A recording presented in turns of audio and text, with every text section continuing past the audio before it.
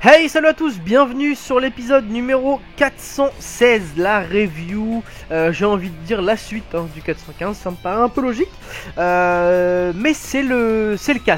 Alors épisode hors série, flashback, je sais pas comment les nommer, quoi qu'il en soit, celui-là n'était pas super folichon, alors la review va être assez courte je pense. Alors, la semaine dernière, on avait vu donc Obito Kakashi repartir dans le passé pour voir un petit peu, donc voilà le flashback de leur rencontre, etc. Là, c'est la suite. Voilà. Alors, vu qu'on sort d'un arc où il y avait déjà énormément de, enfin, qu'est-ce que je raconte? On sort carrément d'un arc de hors-série pur et dur. Là, à peine nous remettre la trame principale, déjà un épisode complet sur un flashback. Bon, c'était pas la meilleure des idées, surtout que dans ce flashback, honnêtement. Il se passe pas des trucs magnifiques, hein, vraiment, faut avouer. On voit Kakashi petit avec Obito et Rin former une équipe donc qui sera régie par Minato en personne. Donc ça c'est pareil, on le savait. Le problème de Kakashi envers les missions qui lui vient de son père, hein, ce problème de faire passer les missions avant tout, même si son pote il meurt ou quoi, c'est pareil, on le savait. On sait aussi que c'est depuis Kakashi Gaiden, donc depuis la pseudo-mort de Obito, que ça a changé pour lui et qui fait passer ses camarades avant la mission. Voilà, tout ça on le sait, pas besoin de rappeler ça, c'est un peu inutile. Les images sont nouvelles mais pas le contenu, donc encore heureux que les images ne soient pas des images recyclées, mais le contenu c'est le même. L'épreuve de la clochette, on l'a même vu en entier pour ceux qui regardent bien. On l'a déjà vu en entier, l'épreuve des clochettes dans Naruto Ultimate Ninja Storm Génération. Je crois que c'est dans Génération, on voit l'épreuve complète. Donc là on la voit même pas en complète, hein, on voit juste l'épreuve des cloches. On voit que Obito est le copier-coller de Naruto, vraiment copier-coller. Obito amoureux de la fille de l'équipe, en rivalité et en amitié avec le mec qui est plus fort que lui en face dans son équipe aussi, pareil. Donc Naruto avec Sasuke et Sakura, enfin bref, vraiment copier-coller, les histoires sont copier-coller. Ça voilà, on le savait aussi. Assignation de la première vraie mission pour ce groupe avec Minato. Alors, je vous passe la mission du chat qui est aussi la même que celle qui avait fait Naruto. Là, on est sur une mission un peu plus dangereuse. Voilà, c'est la fin de l'épisode qui était plus ou moins un peu plus intéressante. En tout cas, on voit donc pendant la mission un petit inattendu.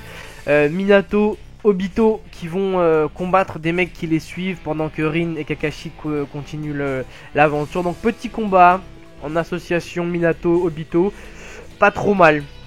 Un peu court mais pas trop mal, jusqu'à ce qu'arrive une cinquantaine de mecs contre eux. Alors là je vais faire une pause là-dessus et je vais en parler à la fin parce que j'ai un petit coup de gueule en ce qui concerne Minato. Je vais passer tout simplement à Kakashi et Rin qui sont escortés par 3 alliés, dont un qui meurt et les 2 derniers par 4 alliés, excusez-moi, un qui meurt, il en reste 3 et 2 des 3 qui les trahissent. Donc on voit qu'il va éclater un combat entre Kakashi et Rin et les 2 traîtres. Malheureusement on voit dans la preview que ça va pas durer longtemps, ça va pas être un très grand combat puisque on repasse déjà l'épisode suivant à la trame principale du manga. Donc on peut dire que c'est un épisode qui nous a servi à rien et qui nous a fait perdre du temps. Voilà, donc c'était pas super. Je suis pressé qu'on retourne à la trame principale et qu'on continue avec Jinchuriki Madara. C'est bien plus intéressant. Alors, petit coup de gueule, je reviens vite fait sur Minato, puisque là il fait équipe dans cet épisode avec Obito pour combattre quelques shinobi de bas étage, j'ai envie de dire. Et une cinquantaine de shinobi donc justement arrivent. Et là, évidemment, on ne voit pas Minato se battre. Alors c'est là que ça me pose problème. Parce que pour ceux qui suivent Naruto depuis le début,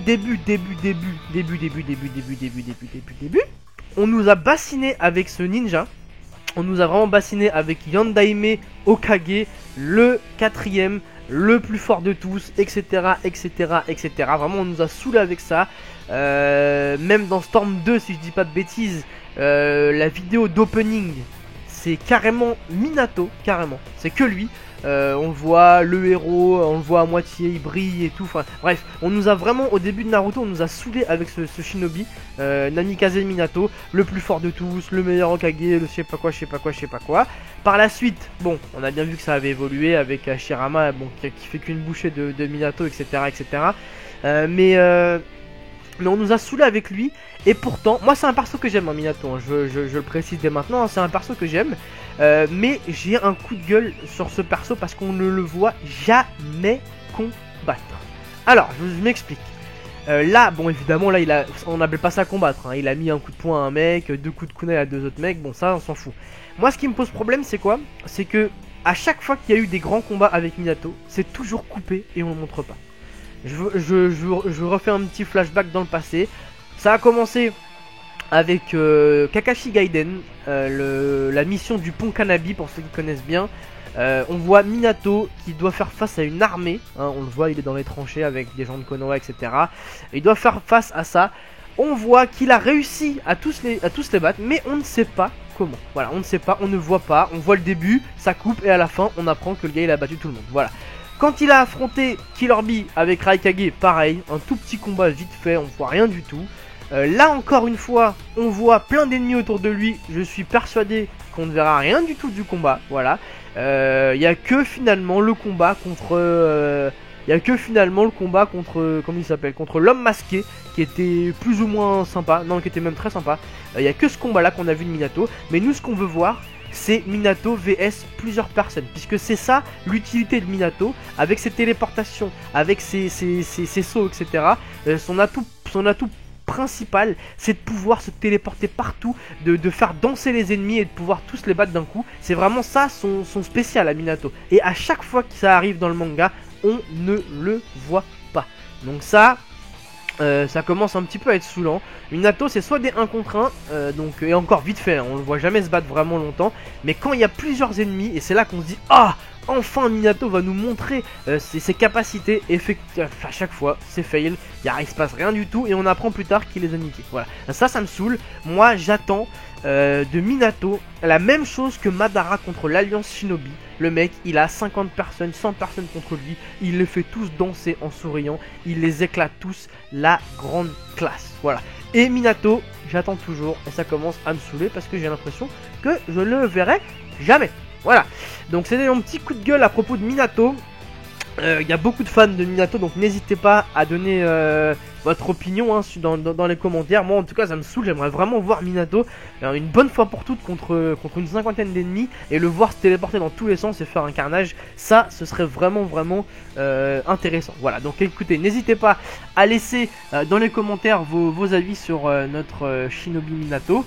Et puis bah écoutez, on se retrouve la semaine prochaine pour la suite, hein. Ce sera un tout petit peu de fin de hors-série, et après on repasse à la trame principale, et ça fait plaisir. Voilà, bon week-end à tous les gars, à la semaine prochaine, ciao.